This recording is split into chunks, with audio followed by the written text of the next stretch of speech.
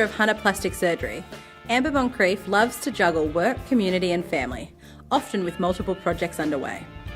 She is passionate about the plastic surgery industry and in 2014 co-founded Plastics Practice Managers.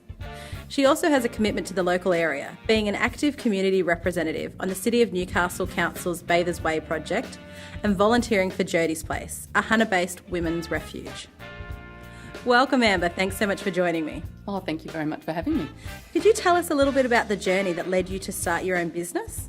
Well, I guess if I look back sort of 10 years, I would never have imagined that I would end up being the sort of co-founder and director of Newcastle's leading plastic surgery clinic. At that time, I was, a sort of early 30-something executive in the marketing division of the Commonwealth Bank. Certainly didn't imagine myself being married or having 3 small children or running a business in Newcastle. So I've had a rather, eclectic journey to getting to this point. So I started off as a young lawyer in the tax office as a graduate and then moved into political advising in Canberra and then working in the Commonwealth Bank. And I guess like many people, got to my mid-30s and had a bit of a career crisis. I was just finishing off an MBA, and often people do sort of make a different choice as they get to the end of that. That was quite common in my peer group that year.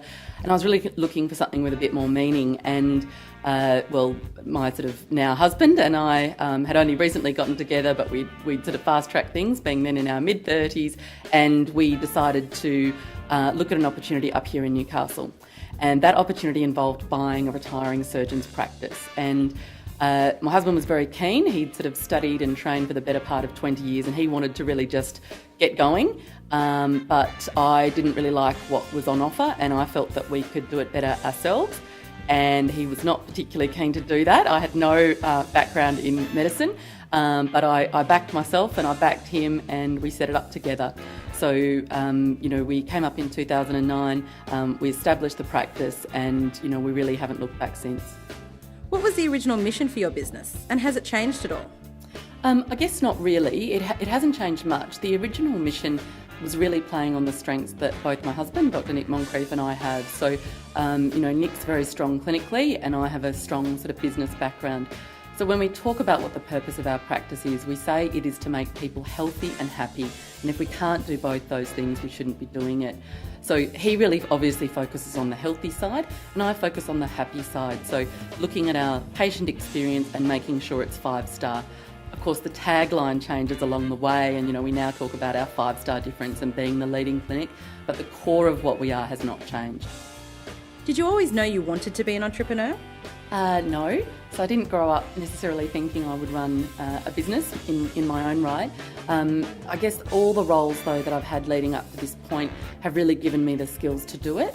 I remember even, working in the bank and doing performance reviews with team members and saying to them, you really should be thinking about yourself as a small business, and that means thinking about what you can give and what you expect in return, and that's really the fundamental transaction that is business. So I guess I always had that kind of thing in my head, and the skills that I've developed from all the roles that I've had in the last 20 years were leading up to it.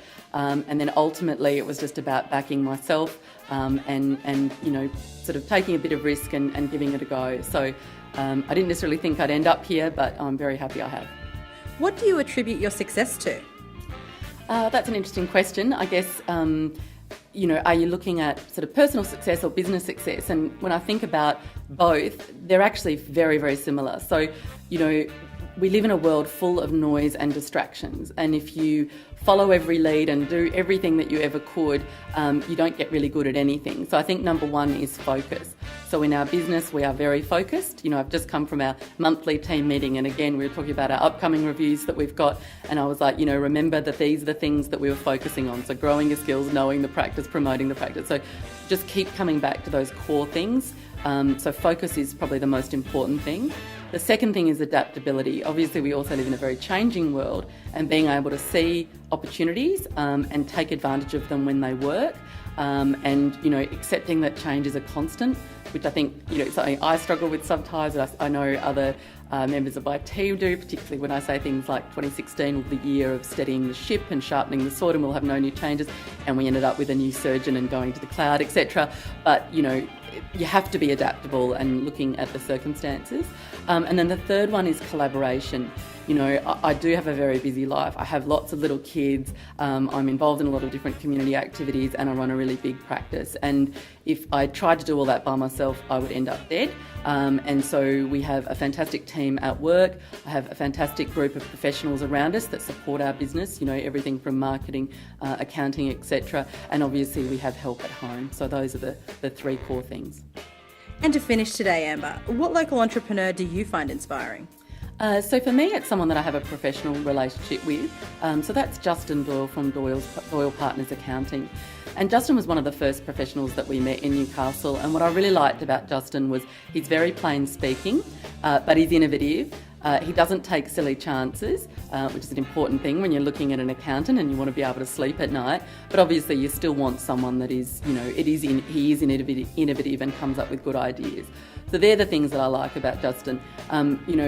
I think the term entrepreneur sometimes has a bad rap, and sort of growing up in the 80s of the Allen Bonds and things, sometimes it's a bit icky, that word, because people are often more froth than beer, and Justin's not like that. He surrounds himself with really good, really switched on people. He's a family man, all those sorts of things we like. So yeah, for me, Justin has provided us some really good advice for ourselves and for our practice. He's a great sounding board, so I definitely use him for inspiration. Thank you so much for your time today, Amber. My absolute pleasure. Thank you.